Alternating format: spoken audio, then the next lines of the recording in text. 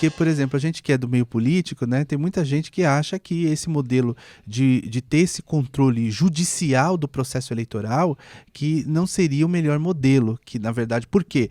Porque há quem diga, né, e eu não estou dizendo que é o que eu penso, eu estou assim colocando para fins de debate mesmo, que as eleições do Brasil têm um turno que é o da urna e um turno que é o turno judicial. E isso também, para alguns, encarece, sobretudo dentro desse processo de construção das campanhas, a própria movimentação das campanhas, o investimento que se tem que fazer nelas.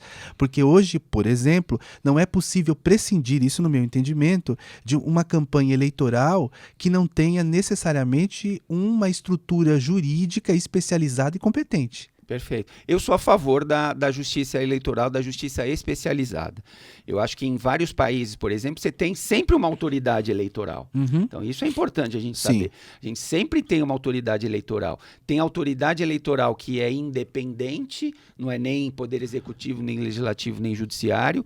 Tem autoridade eleitoral que é vinculada ao poder executivo, que não me parece que seja a melhor das soluções. E a nossa autoridade eleitoral é uma autoridade eleitoral ligada ao Poder Judiciário.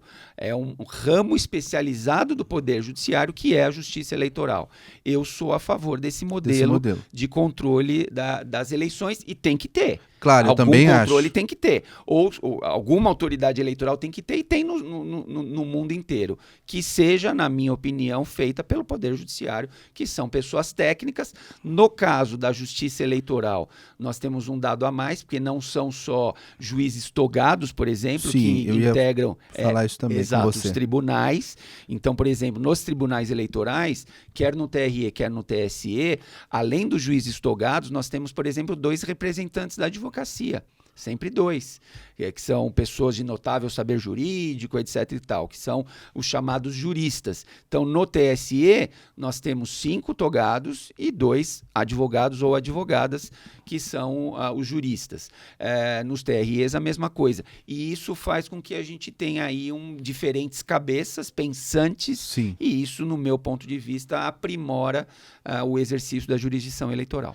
E também eu acho interessante porque no que se refere, aproveitando que você está dizendo, e é importante fazer esse esclarecimento às pessoas, a todas e todos que nos assistem, que no caso da justiça eleitoral você não tem um quadro que é efetivo, digamos, por assim dizer, para as pessoas compreenderem de uma maneira mais fácil, de juízes, porque assim ela vai mudando, né? Isso, alguns dizem que gera também uma certa insegurança jurídica, né?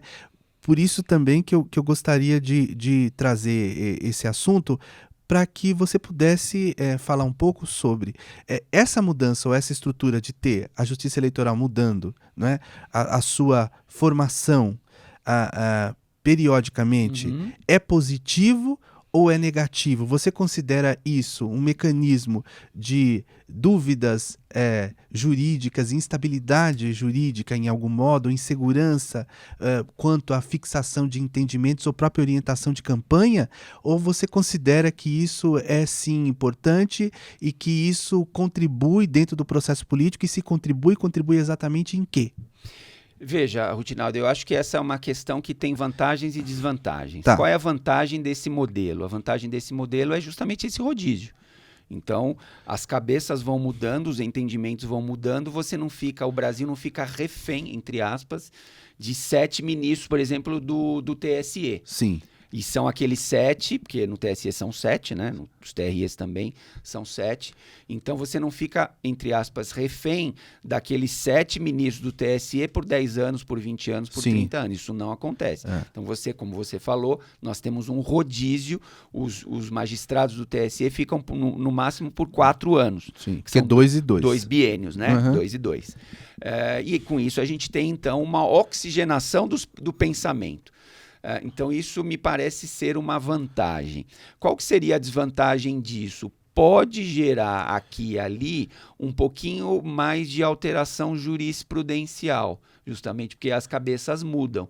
Então, um pouquinho de insegurança jurídica não é, eu não estou querendo dizer com isso... Que não é estável do ponto de vista jurídico. Isso, O que você está dizendo é que, em função da modificação da formação do tribunal, eventualmente aqui e ali você pode ter uma mudança de pensamento jurídico quanto a determinada circunstância de fato, que às por vezes exemplo, pode até ou ser interpretação. bom, que às vezes pode até ser Sim, bom. que pode melhorar. Exato. Né? A compreensão que se tenha do direito com relação a isso. O ministro Marco Aurélio falava o seguinte, olha, eu decidi 2 anos atrás de um jeito, agora eu estou decidindo diferente porque eu evoluí.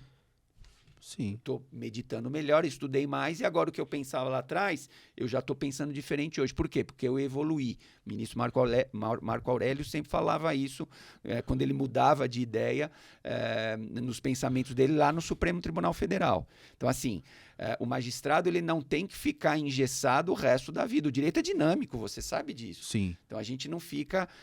Agora, isso não significa que em qualquer tribunal e na Justiça Eleitoral seja da mesma forma, que a Justiça Eleitoral possa mudar de ideia todo dia.